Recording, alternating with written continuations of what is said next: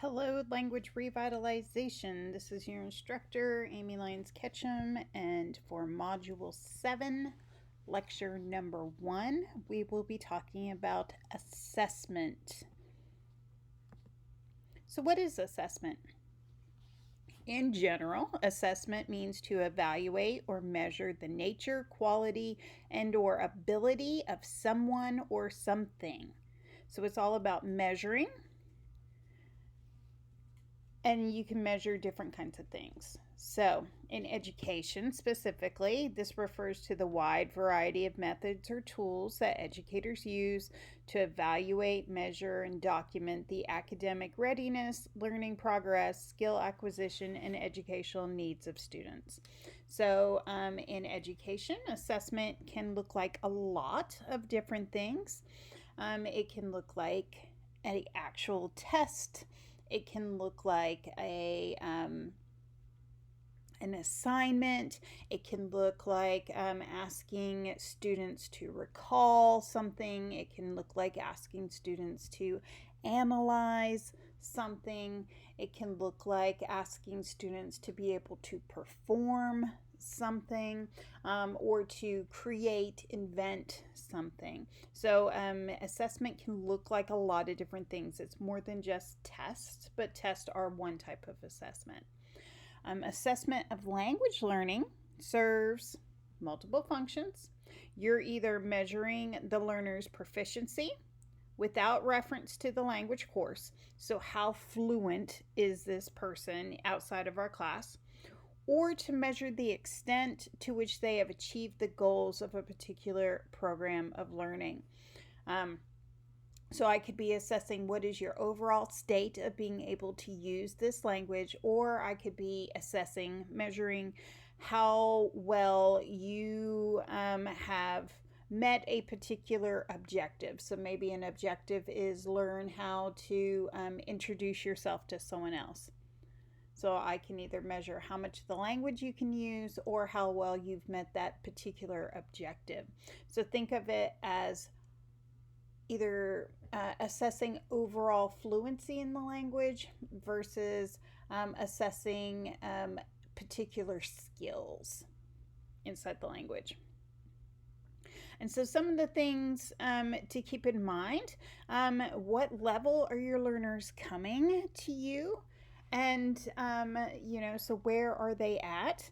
And then that's the overall fluency, and did our program meet its goals? So were you able to teach them the things in your curriculum using the materials you created that you wanted them to learn? Did they get it?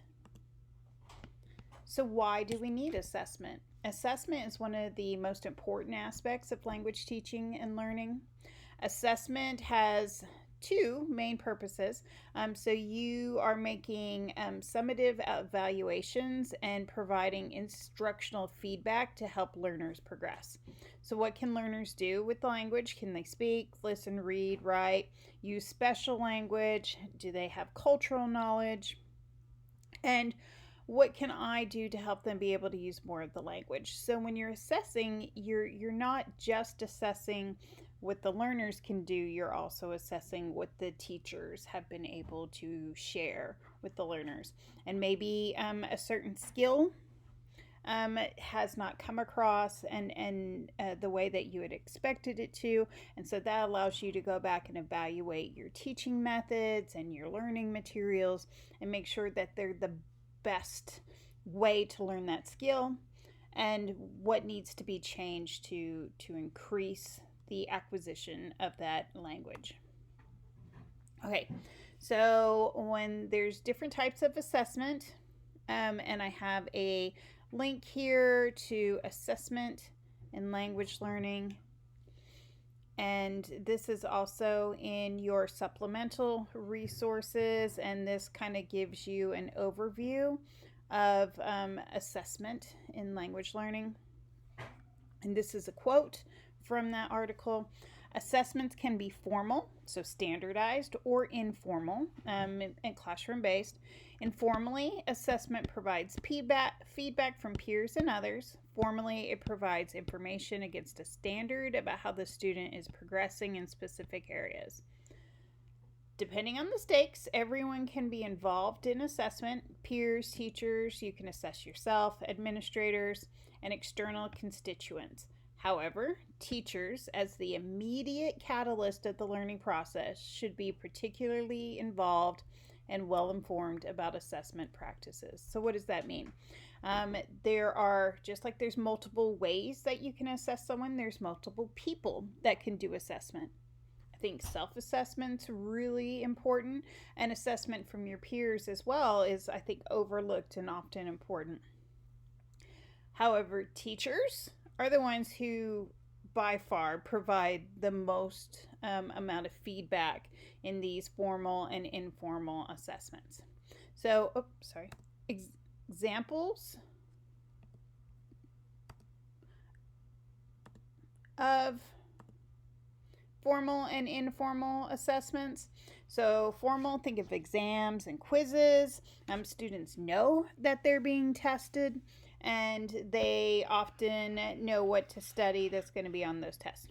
Informal assessments can be questions asked in class, they can be conversation, they can be demonstrations.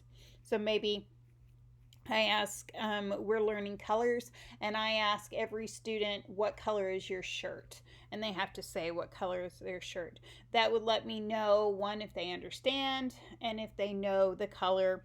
Maybe they just know the color for their shirt. Then I can switch it up and ask, what color is Mary's shirt? What color is my shirt? And kind of see who knows what. But it's not a formal quiz or an exam they're taking. Another informal assessment, conversation. So just talking with someone in the language, even at very basic levels, you can assess their pronunciation. You can assess how well they're remembering vocabulary for like introductions or basic questions.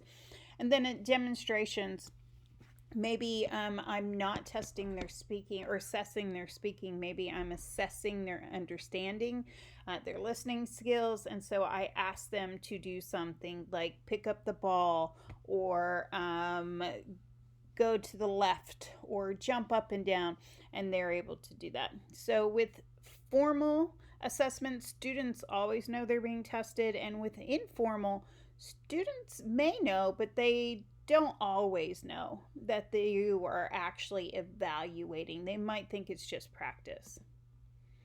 So there's lots of different types of assessment, and so here are some examples with kind of the basic information about them. Diagnostic assessment, this is what you would think of as like a pre-test or pre-assessment. Here you're looking to measure prior knowledge, strengths, weaknesses, skills, and you're trying to build a baseline for where's this student at with their language knowledge. So that way you can better see how far they've come in the future. A formative assessment, this measures a student's performance during instruction and usually occurs regularly throughout the instruction process. It's just a way to check up and make sure that everyone is understanding. And again, this can be formal or informal. So a formal example would be giving like a quiz, pop quiz over something. A informal example would be just kind of asking students, one or two main things from the lesson just to make sure that everyone's getting it.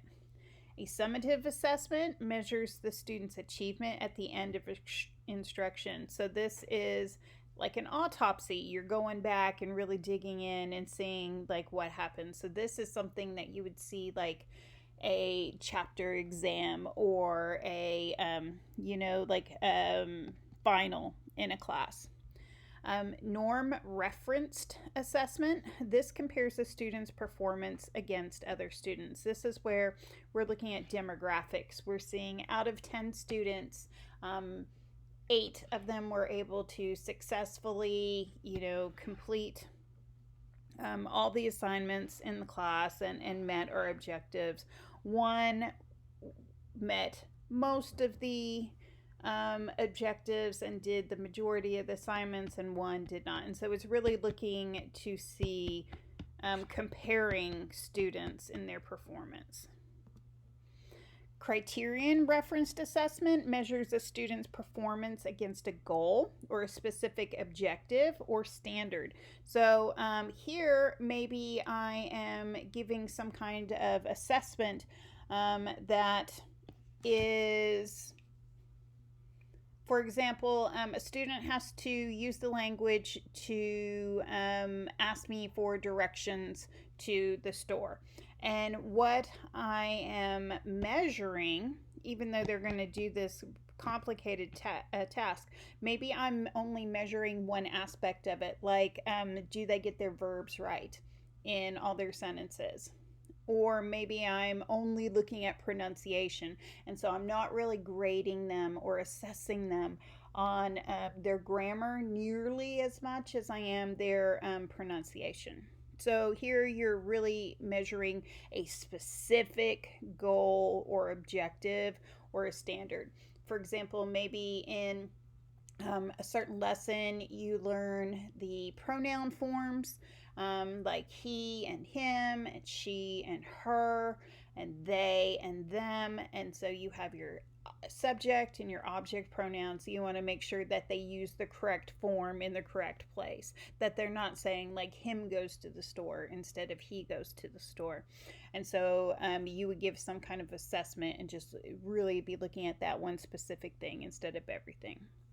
An interim or a benchmark assessment evaluates student performance at periodic intervals. And usually this is at the end of a grading period. So this would be like a weekly assessment or like a unit, a chapter test going into a unit. It's really like checking off smaller boxes on our bigger journey to the bigger goals. And so you're going to check at regular intervals or different interim times to make sure that we're on track for that, whether or not. And it says here it's a bar graph or a chart growth throughout a year against specific benchmarks. And so that you're getting closer to good pronunciation, you're getting closer to good grammar, you're getting closer to a specific number of vocabulary, things like that, and that you're on track. This is really important for like school programs that are the entire year. You need to like check along the way that you're meeting your goals. Okay, so what should assessment look like? So in the language teaching world, you hear a lot, like a lot about authentic assessment. So what is that? Authentic. So for a assessment to be considered authentic, and it looks like I have a link. I'm going to try to add to it. This is also in your resources. It comes back to this article and it talks about authentic assessment. So learners perceive that the assessment measure as connected to their lives. So it's not something random. It's something that they've looked at before, that they've actively studied in class, and it's not like a theoretical thing. It is something that they're familiar with. And that an authentic assessment, it measures what it says it does. So if your assessment is supposed to measure how much vocabulary from the previous unit students have learned, then that's what your test or your assessment, whatever it is, needs to have. It needs to give the students opportunities to use the vocabulary that they should have learned. It's formative, so it assesses performance in the class or lesson, not things that we didn't cover in the class. So, for example, if going back to the example of pronouns, if I only taught my class the pronouns for he and him, she and her, they and them, I cannot put I and me on the test because we didn't study that. So it's gotta assess their performance through the lesson in class. It's rubric scored. So a rubric, if you're unfamiliar, is just clear criteria for grading. It's not arbitrary. It's not because Joey is a good speaker and Jane is a pain in the butt and not a very good speaker. You got to have criteria that, to get a perfect score, you need to do this. To get a B, you got to do this. To get a C, you got to do this. This will get you a D or an F, right? So you have criteria of what makes a good assessment and what makes a bad score on assessment. So it's developed for students. So it's created for the students. It's not created to show off what you know as a teacher. Your assessment is created for the students.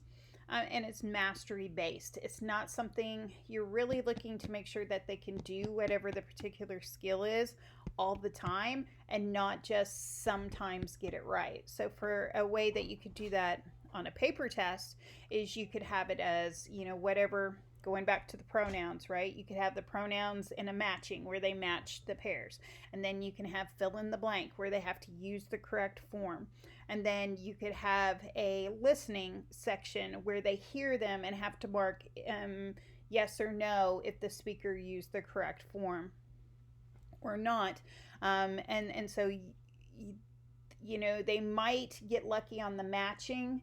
It's going to be a lot harder to get lucky on the fill in the blank. And on the listening, they just have to know them to know if they're using the right form or not. So you've shown, you can see if people have mastered a skill or if they're just kind of familiar with it.